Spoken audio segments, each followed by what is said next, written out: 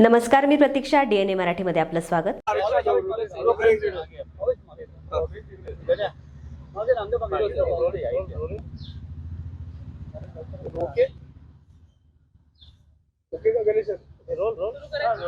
Sir, आरक्षणाला घेऊन जरांगे उपोषण मागे घेतलं, मात्र त्यांची तब्येत देखील खालावलेली आहे. का वाटतं सरकारने अल्टिमेट दिलं होतं, त्याच्यानंतर पुन्हा अल्टिमेट? बघा,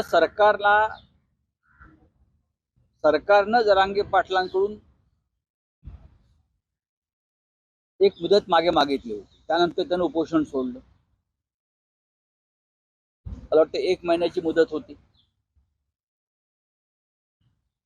आता परत सरकारनं हे उपोषण सोडण्यासाठी दुसरी मुदत मागितली. अण्णा हजारे जेव्हा भ्रष्टाचाराविरुद्ध आंदोलन करत होते, तेव्हा केंद्रातलं सरकार तेव्हाचं अण्णांकडून अशीच मुदत घेत होतं. आणि तेव्हा अण्णा हजारे यांच्या उपोषणामागे भारतीय जनता पक्ष होता, असा एक सार्वत्रिक गैरसमज होता. तसं मी आता आरोप कोणावरती करणार नाही, पण भ्रष्टाचार काय हटला नाही. उलट या सरकारच्या काळात तो जास्तच वाढलेला आहे देशात आणि राज्यात.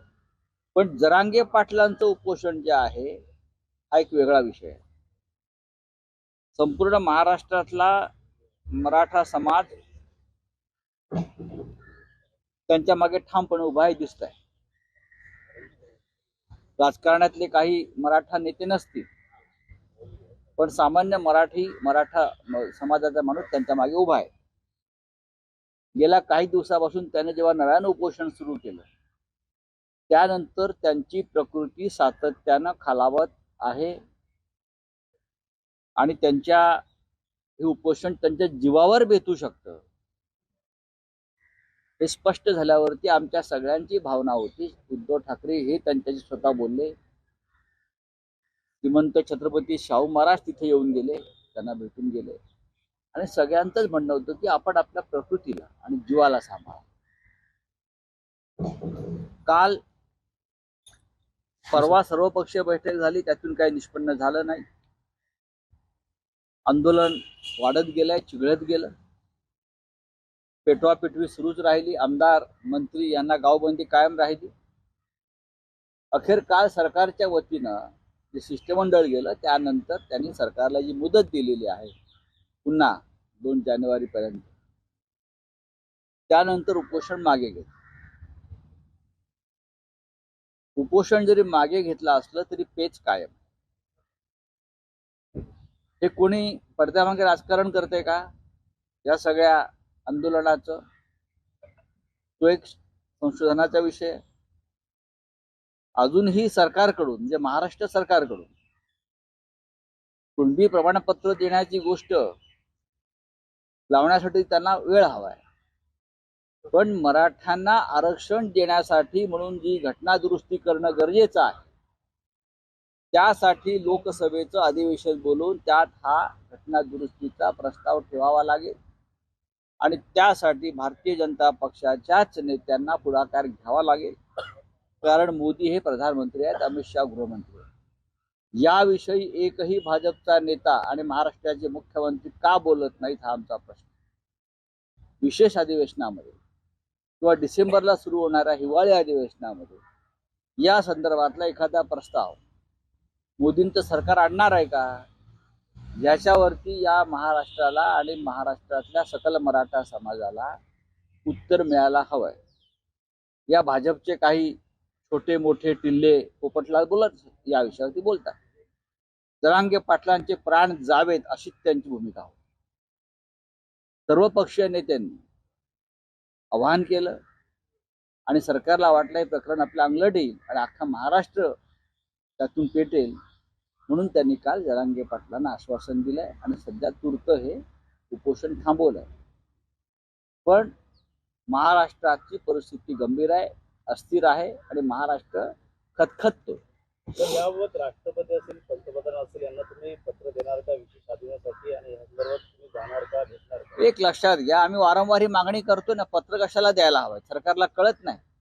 देवेंद्र फडणवीस हे एवढे चाणक्य आहेत, नरेंद्र मोदी, अमित शहा चाणक्य आहेत. भाजपमध्ये चाणक्यांची फौजच आहे. त्यांना माहित नाही विशेष अधिवेशन बोलवल्याशिवाय किंवा येणाऱ्या अधिवेशनामध्ये हा प्रस्ताव आणल्याशिवाय हा विषय मार्गी लागणार नाही.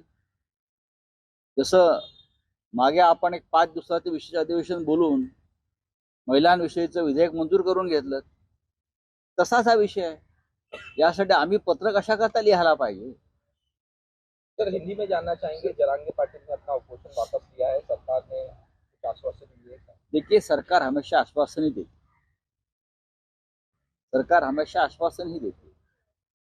अन्ना हजारे जब अनशन पर बैठे थे भ्रष्टाचार के खिलाफ, तब बहुत से आश्वासन दिए थे, उसमें से एक भी पूरा हुआ क्या? अन्ना हजारे वहां के वहां है, उनके गांव में बैठे हैं अभी।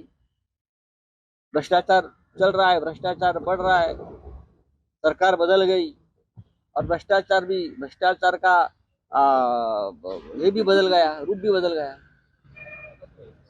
जरांगे पाटिल जी ने जो उपोषण कल छोड़ा है अनशन, उनकी वजह है कि उनको आश्वासन दिया गया, आश्वस्त किया गया कि मराठाओं को कुंडी प्रमाण पत्र दिया जाएगा और उनको आरक्षण मिलेगा। लेकिन उससे मुद्दा हल नहीं होगा।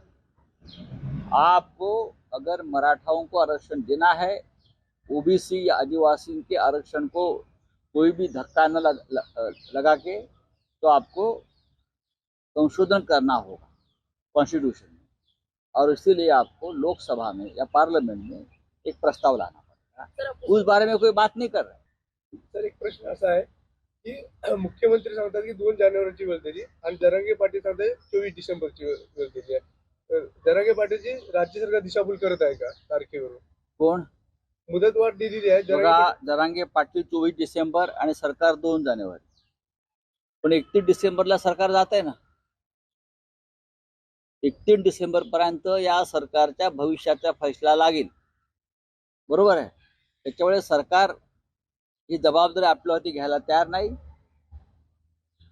2 जानेवारी नंतर काहीतरी पाहू, पण 31 डिसेंबरला या सरकारचा फैसला लागेल। हे बेकायदेशीर घटना पाहिजे सरकार 31 डिसेंबर नंतर या महाराष्ट्रात राहणार नाही, हे राज्याचा मुख्यमंत्र्यांना माहिती आहे। म्हणून जरांगे पाटील यांनी अत्यंत शहाणपणानं 24 डिसेंबर ही तारीख दिली की तुम्ही मुख्यमंत्री आहात, तुम्ही आश्वासन देताय, तुम्ही निर्णय घ्यायचा आहे, पण सरकारला निर्णय घ्यायचा नसावा। सरकारला एक कळून चुकलं की आपलं मरण 31 डिसेंबर पर्यंत आपली मुंडकं उडणार आहे, तलवार लटकते आहे, ती खाली येणार आहे, त्याच्यामुळे जानेवारी पर्यंत ढकललेलं। बाकी काय मला त्याच्यामध्ये तथ्य वाटत नाही। जरांगे पाटिल बोल रहे हैं 24 डिसेंबर की तारीख, जरांगे पाटिल बोल रहे हैं और सरकार 2 जनवरी की बात कर रही है। बात ऐसी है, जरांगे पाटिल एक सीधे साधे इंसान है, वो राजनीति नहीं जानते, उनके समाज ने उनको नेतृत्व दिया है। बात ऐसी है कि 31 दिसंबर तक सुप्रीम कोर्ट ने महाराष्ट्र के विधानसभा के स्पीकर को जो टाइम लिमिट दिया है कि उससे पहले आपको निर्णय लेना पड़ेगा विधायक की डिस्क्वालिफिकेशन के बारे में, जिसमें मुख्यमंत्री है।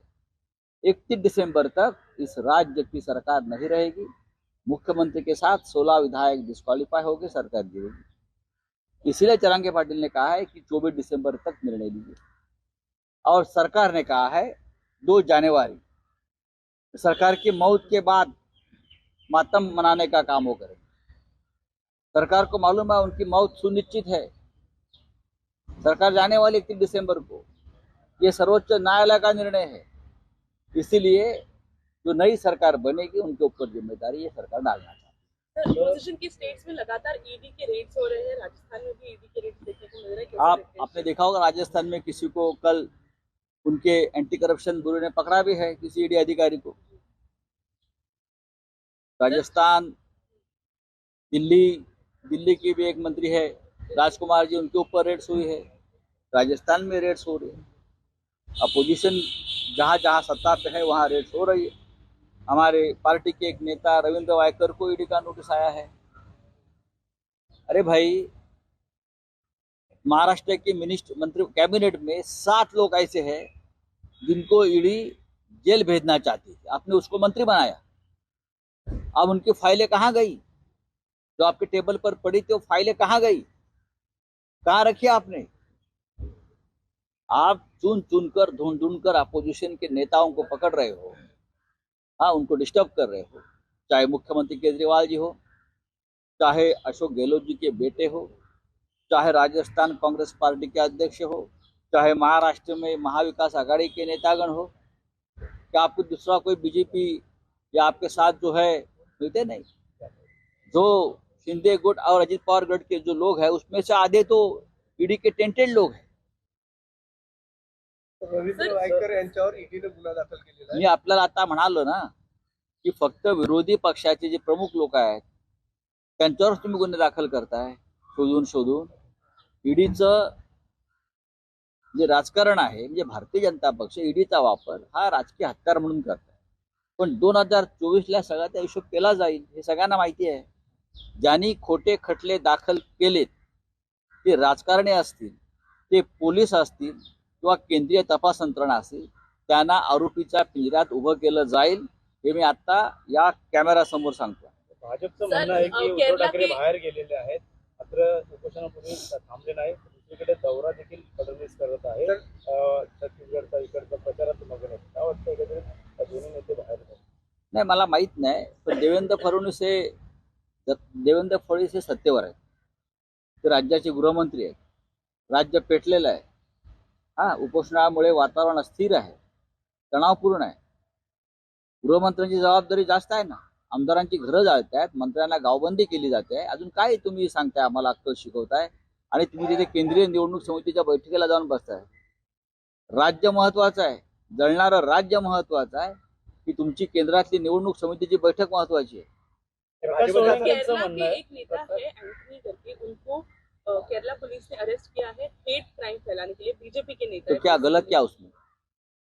पूरे देश में हेट स्पीच, हाँ, हेट क्राइम, ये बीजेपी की अगर राजनीति है तो उनको रोकने के लिए कानून ने हमें अधिकार नहीं दिया है. सर, महुआ मोइत्रा कल एथिक्स कमेटी के सामने पेश हुई थी. उनका कहना है कि उनको इंडिसेंट पर्सनल सवाल एक पूछे गए. महिला से किस प्रकार से बात करनी चाहिए, एक महिला को कैसा सम्मान देना चाहिए, ये अगर जो पार्लियामेंट्रियंस है जिनकी कमेटी बनती है उनको पता नहीं है, मुझे लगता है ये स्क्रिप्ट पहले से बना है. तर मुंब्र्यामध्ये शाखा तोडण्यात आलेली आहे बुलडोजरच्या माध्यमातून. बुलडोजर आमचंही फिरेल केव्हा तरी, लक्षात घ्या. चलिए. आमच्या बातम्या पाहण्यासाठी आणि अपडेट राहण्यासाठी आमचं चॅनल DNA मराठीला लाईक करा आणि सबस्क्राईब